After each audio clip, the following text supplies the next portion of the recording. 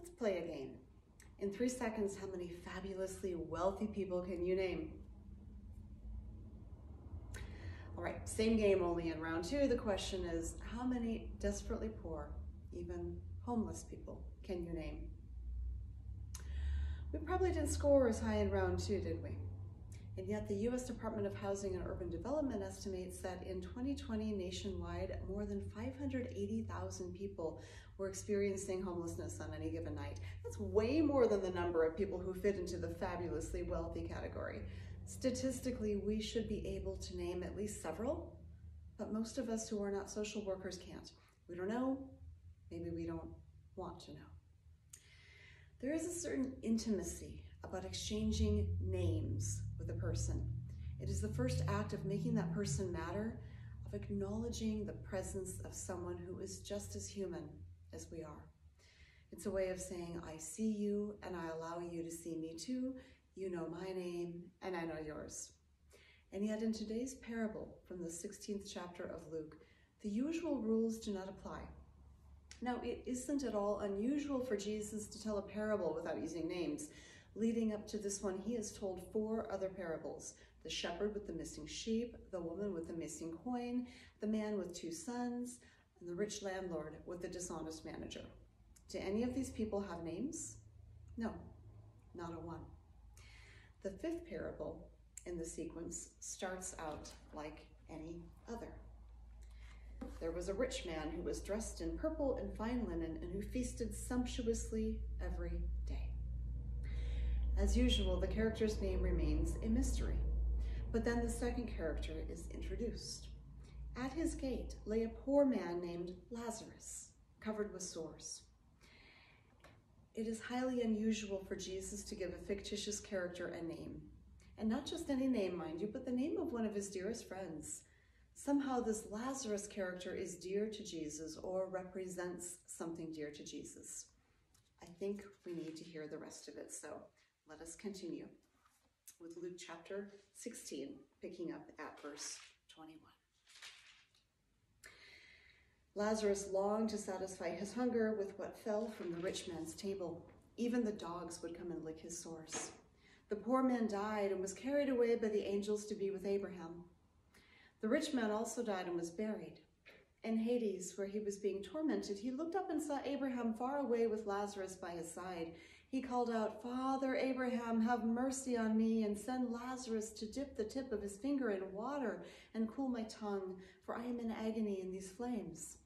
But Abraham said, "Child, remember that during your lifetime you received your good things, and Lazarus, in like manner, evil things. But now he is comforted here and you are in agony. Besides all this, between you and us, a great chasm has been fixed, so that those who might want to pass from here to you cannot do so, and no one can cross from there to us." He said then, "Father, I beg you to send him to my father's house, for I have 5 brothers, that he may warn them, so that they will not also come into this place of torment." Abraham replied, "They have Moses and the prophets. They should listen to them." He said, "No, Father Abraham, but if someone goes to them from the dead, they will repent." He said to him, "If they do not listen to Moses and the prophets, neither will they be convinced, even if someone rises from the dead." There's a lot going on in this story, and it is easy to get distracted, to miss the point, to see this as a literal description of eternal bliss or punishment. Let us not get caught up in that part. Let that be what it is, which is a dramatic backdrop for the point Jesus was wishing to make. We must understand that this parable, coming as it does on the heels of another parable about a man who went from exploiting the poor to befriending them, it's a continuation of Jesus' lesson about the dynamic between wealth and poverty and the divide between the rich and the poor. This is not a teaching about getting your reward in heaven, and even if it were, Lazarus does literally nothing, as far as we can see, to deserve a reward. His poverty by itself is not a virtue, and this is important because stories like this are sometimes used as a justification for us to ignore the plight of the poor by rationalizing, they'll get their reward in heaven. Shame on us if we think that. And shame on this rich man for ignoring the poor man at his gate is more to Jesus' point. It is precisely that guy, with whom most of us can identify, though, if we are honest. He is well-fed and well-dressed, even wearing purple linen undergarments, a detail the translation delicately glosses over. Can you imagine having enough money for expensive underwear and luxurious food each and every day? It'd be hard to imagine. And it's a pity Jesus doesn't name this spoiled, rotten rich man, because it would be easier to make a whipping boy out of him if we knew at least what to call him. But his name is not given, which might mean he could be anyone. He could be one of us. He could be me. For if I am honest, do I not live more like that rich man than like the poor fellow at the gate? Are we supposed to see ourselves here? We don't want to. We'd rather see someone else in the story, but like the ghost of Christmas future who led Ebenezer Scrooge to the cemetery where he saw his own name carved onto the gravestone, I think Jesus meant for his listeners, many of them very wealthy people, to identify with the rich man. He wasn't talking to us, of course, but as we hear the parable all these years later, doesn't it still fit? Aren't most of us guilty in some way of the rich man's crime? It's the crime of not seeing the need before our very eyes, of stepping around it, of averting our gaze to avoid looking at the problem that no one wants to name, the problem that Jesus insists we name, calling this particular problem by the name of someone dear to him. Jesus calls him Lazarus, the name of his own beloved friend, whom he cared for like a brother. But the rich man did not see Lazarus as a brother. Perhaps he saw him as a nuisance, someone he had to step around, a ne'er-do-well who slept the days away in front of his gate, bringing down the value of his home. Did he know or care to ask for Lazarus' story? Did he bring him a sandwich now and then? It appears not. This Lazarus was left alone, sick and hungry, while one man feasted sumptuously every day, just inside the walls that kept them apart, as though they could mean nothing to one another. It seems that the rich man was more dedicated to his rich lifestyle than to the God who instructed him to show love and mercy to his neighbor. As Jesus said right before telling the story, you cannot serve both God and money. One must choose love of God and neighbor, or love of money. You know, there's a saying about love of money. I think you know it. The love of money is the root of all evil. That comes to us from Paul's first letter to Timothy from chapter 6, verses 9 and 10, which read, "For the love of money is the root of all kinds of evil, and in their eagerness to be rich, some have wandered away from the faith and pierced themselves with many pains." The rich man in the story does not appear to experience any pains in his earthly life, but Jesus' speculation about his eternal state of being portrays a less comfortable experience. In anguish, the man will call out to Father Abraham for help. Ironically, he asks Abraham to send Lazarus to dip the tip of his finger in water and cool his tongue, as if even in the afterlife, someone of lower social status might be summoned to serve him, as people once did on earth. The thing is, anyone calling out to Father Abraham is identifying himself as a person who has faith in the God of Abraham, someone who should know then the teachings about welcoming the poor. It is good and well for this guy to call out to Father Abraham in his time of need, but what was his attitude when he saw a brother in need? That is not my brother, and I am not his keeper. How he had wandered away from the faith. The teachings of his faith and of ours are clear about people's responsibilities to help the less fortunate, and yet it seemed hard for him to do. Why? What stopped him? Did he figure that if he helped Lazarus, others like him would flock to his doorstep? Not in my backyard, thank you. Is it that he simply lacked empathy and wished that Lazarus would just go get a life and figure out how to make his own way? Or was it that love of money again, that he loved it so much he couldn't bear to part with any of it for Lazarus' sake?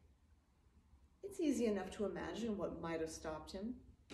Maybe the same things that stop us, because the poor are on our doorsteps too, figuratively speaking. And how often do we just drive or walk past, looking the other way? It's easier not to see, isn't it? Seeing it makes us feel accountable, and feeling accountable to such brokenness is overwhelming. I confess, It's much easier to turn away, to not see it, to imagine this as a nameless and faceless problem, a social concern, but one to keep at arm's length. Because when we lean in and look at that kind of pain in the eyes, it can break our hearts. So much suffering, so much need.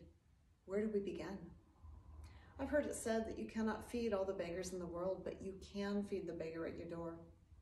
Well, a few years ago, I happened to be in front of the church when a person walked, not up to our door, but right past the sidewalk I happened to be sweeping. I won't call him a beggar because he wasn't begging. He was just walking down the highway with a backpack, obviously on a very long-term camping trip. We greeted each other as well-meaning strangers do, and then he told me his name. It was Joe. Knowing his name and giving him my name, that bound us in sort of a contract of caring. It forced us to see one another, not simply as creatures occupying the same general space, but as two human beings, beloved children of God who had names. And because at that point we knew each other by name, we began to help each other.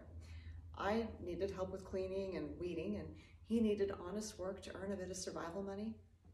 He also needed someone to hear his story, to pray with him, to validate his humanity, and to call him by name.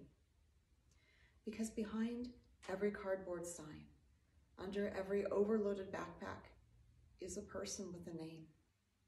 And when Jesus gives us Lazarus' name, he is forcing us to see this, to see Lazarus and the tragedy of his life, which is not simply that he is poor and ill, but that he is alone and invisible to the person who walks past him every day. That's perhaps one of the very worst parts about being poor and unsheltered. It's being unseen, or to be seen as nothing but a thing to walk around, rather than a person worthy of a smile and a greeting. Invisible and nameless, a person can cease to be fully human in the eyes of those who would rather not behold them. Do we dare to learn the names of the poor in our midst? Do we dare to make that tiny first step toward granting someone the dignity of being a child of God, of exchanging names? Because once we have done that, then we've begun to close that chasm that divides us. In this parable, you recall, Jesus talked about a great chasm that separated Lazarus from the rich man in the afterlife, but that was nothing new. In their earthly life, they had been separated by the same chasm, though they may have only slept within 100 yards of each other. That chasm, that is the hell we create here on earth when people can look at human suffering and feel revulsion without realizing that the true horror is a hardened heart beating inside their own chest.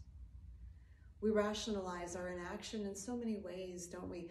They're addicts, we say, untrustworthy, out of their mind, dangerous. Oh, they've chosen that life. They don't want to work. Maybe they're con artists. They probably beg all day, then go to a home nicer than yours or mine. If you give them money, you know they'll buy booze and drugs. They need the kind of help we can't give them. Friends, this I confess to you, my community of faith. I have thought or said almost every one of those things. And maybe some of those are true for some people, but not for all. The thing is, it's easier for me to make up stories about people than it is for me to listen to their stories myself. Because if I knew, if any of us knew their stories, what if we tried? What if instead of hardening our hearts, we open them just a tiny bit, enough to pray? Could we start there by simply deciding that every time we see a person in need, we will pray? And if we were to take it another tiny step further, what if we were to offer some kind of more tangible blessing? Probably not cash. Very seldom should it ever be cash, but what if we offered a healthy snack, a water bottle, maybe a gift card to a neighborhood sandwich shop? We might consider keeping a supply of such things with us, a sort of Christian toolkit, so that we could always be prepared to offer a blessing to someone in need. And if we were to offer another blessing, perhaps it could be the blessing of a name, an introduction, simple, like, hi, my name is Allison, what's your name? Because you know, the sweetest word to anyone's ears is the sound of their own name. Can you imagine if you were hurting and people walked past you all day and no one knew or cared what your name was? How long would you believe in humanity, your own or anyone else's? There is a very real chasm that separates us as human beings, and Jesus was adamant that his followers should bridge it. We do that by reaching out across the divide, each of us, each one reach one whose name you'll never forget, one who will never forget your name. And this we can do in the name of Christ Jesus, that name above all names. Jesus, name above all names, beautiful Savior, glorious Lord, Emmanuel, God is with us, blessed Redeemer, living Word. Loving God, help us to be more like Jesus, to see Jesus in everyone we meet, and to see in everyone a glimmer of the same humanity that unites us as your children.